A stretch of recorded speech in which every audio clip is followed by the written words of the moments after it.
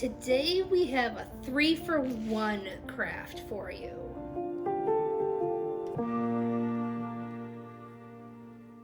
So in your bag you'll find a wine cork and the hardware for making your wine cork keychain. It's 3 pieces.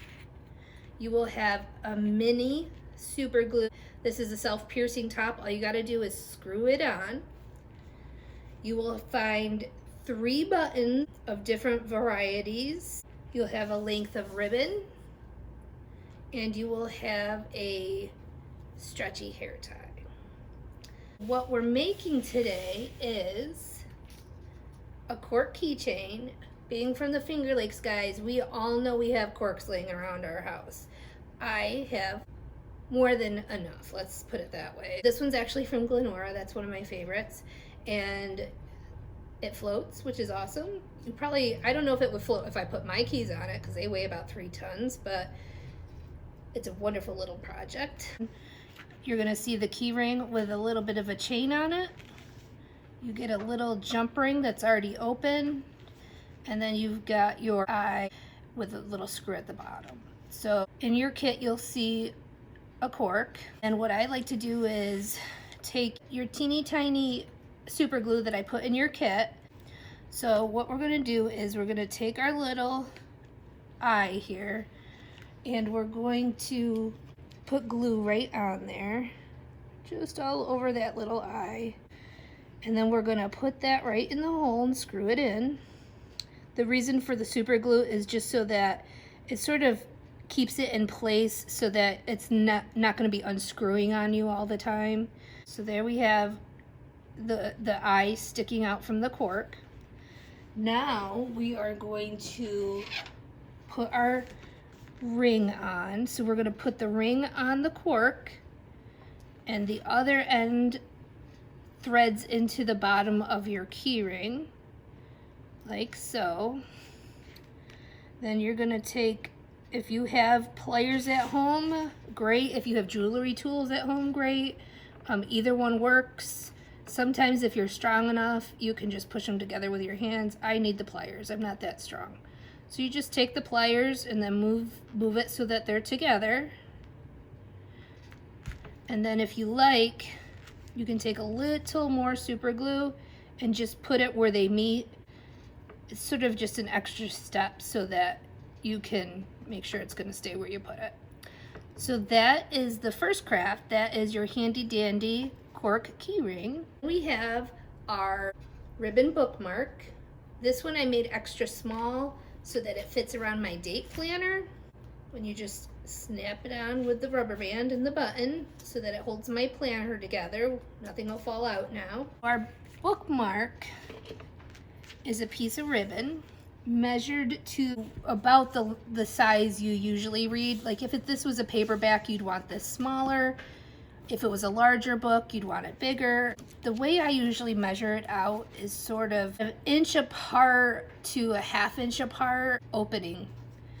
And then pick a button and pick a hair tie that you want, which I forgot to do. We have our little hair tie, our ribbon, and our button.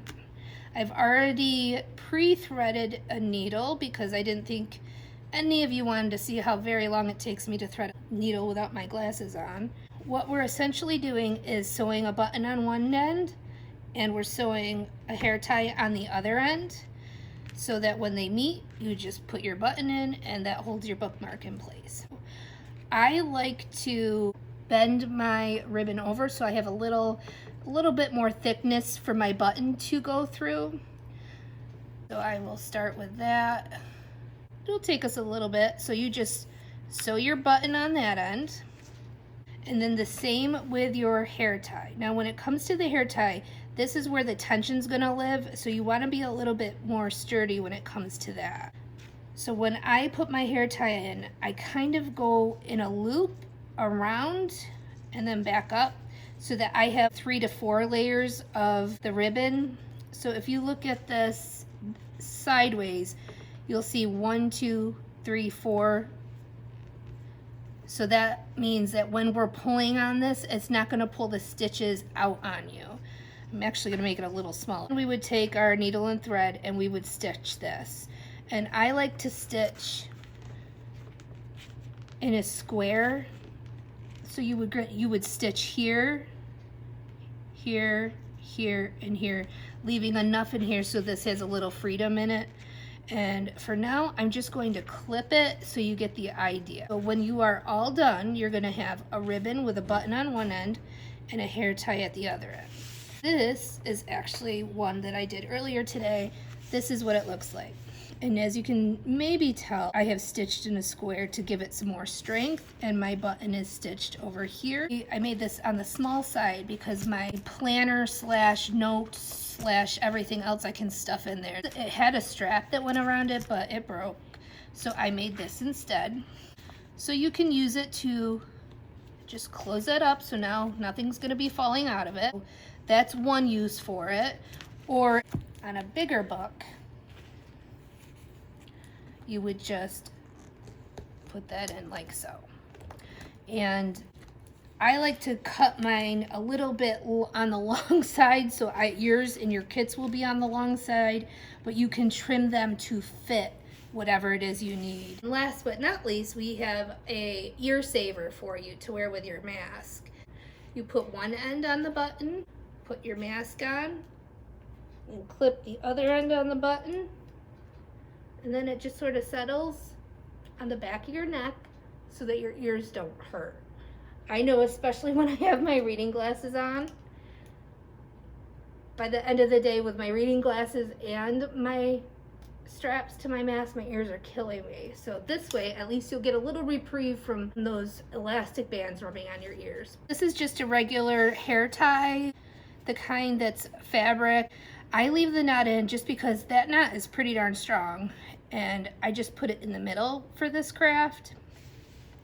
Now, if you didn't like the knot in the middle, there's a lot of things you could do. You could pin a flower to it, a silk flower. You can make a bow and put a bow on it for your children. If you don't mind the knot, that's good, but I don't want it next to my head because I think it would bother me.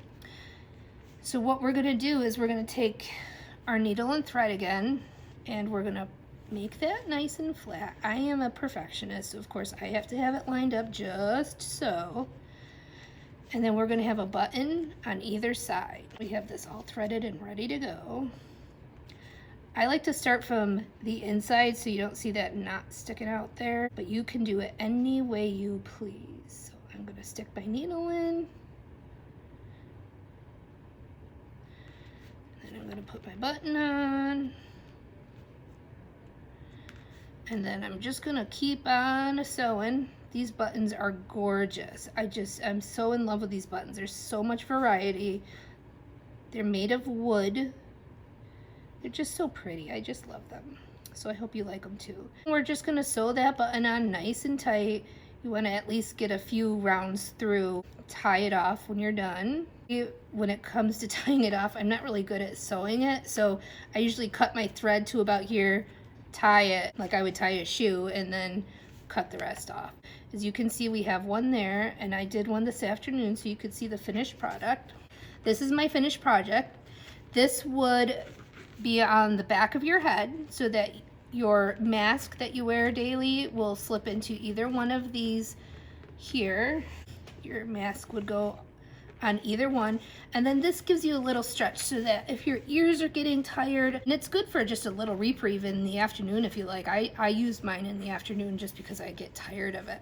So there you have today's 3-for-1 craft. We have our handy dandy keychain, our beautiful bookmark with a beautiful button, and an ear saver for use with your mask. I hope you like. Make sure to subscribe to our YouTube channel, and if you have any questions at all, let me know. Thank you.